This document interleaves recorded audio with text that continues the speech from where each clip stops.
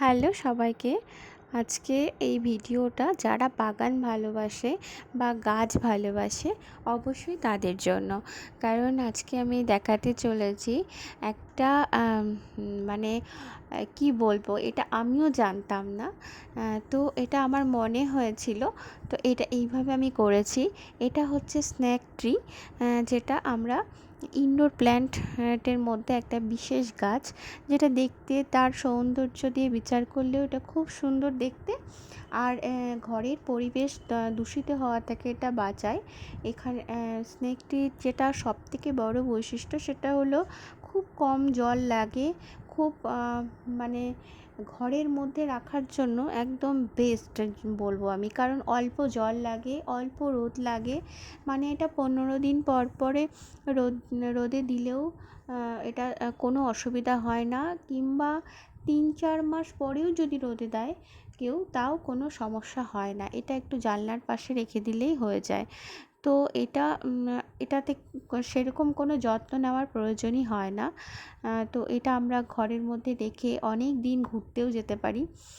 বাইরে যখন যারা থাকে তাদের জন্য এটা বিশেষ উপকারী, আর প্রচুর অক্সিজেন সাপ্লাই করে আমাদের। তো এটা আমি একটা জায়গায় ঘুরতে গিয়েছিলাম, সেখান থেকে এই ডালটি আমি কালেক্ট করেছিলাম। তো আমি তখন কিন্তু সত্যিই জানতাম না যে এখান থেকে ডাল থেকে হবে। তো আমার মনে হলো দেখি অনেক গাছ তো জলের মধ্যে বসিয়ে রাখলে শেকড় হয়, তো এটাও দেখি। তো এই ডালটা আমি নিয়ে এসেছিলাম, নিয়ে এসে ব্লেড দিয়ে ভালো করে এটাকে কেটেছিলাম।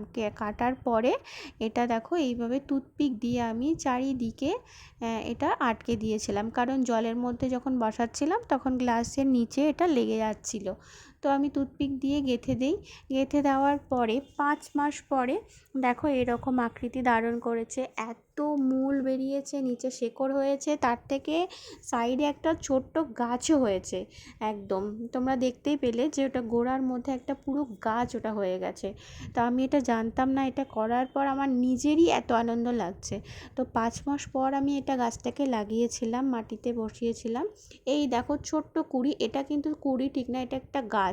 প্রথমে একটা মোটা মতো বেরিয়েছিল, আমি নিজেই বুঝতে পারিনি এটা কি। তারপরে এটা এখান থেকে একটা দেখছি ছোট্ট গাছ হয়েছে। তো আমি এটা 5 মাস পরে এটা লাগালাম।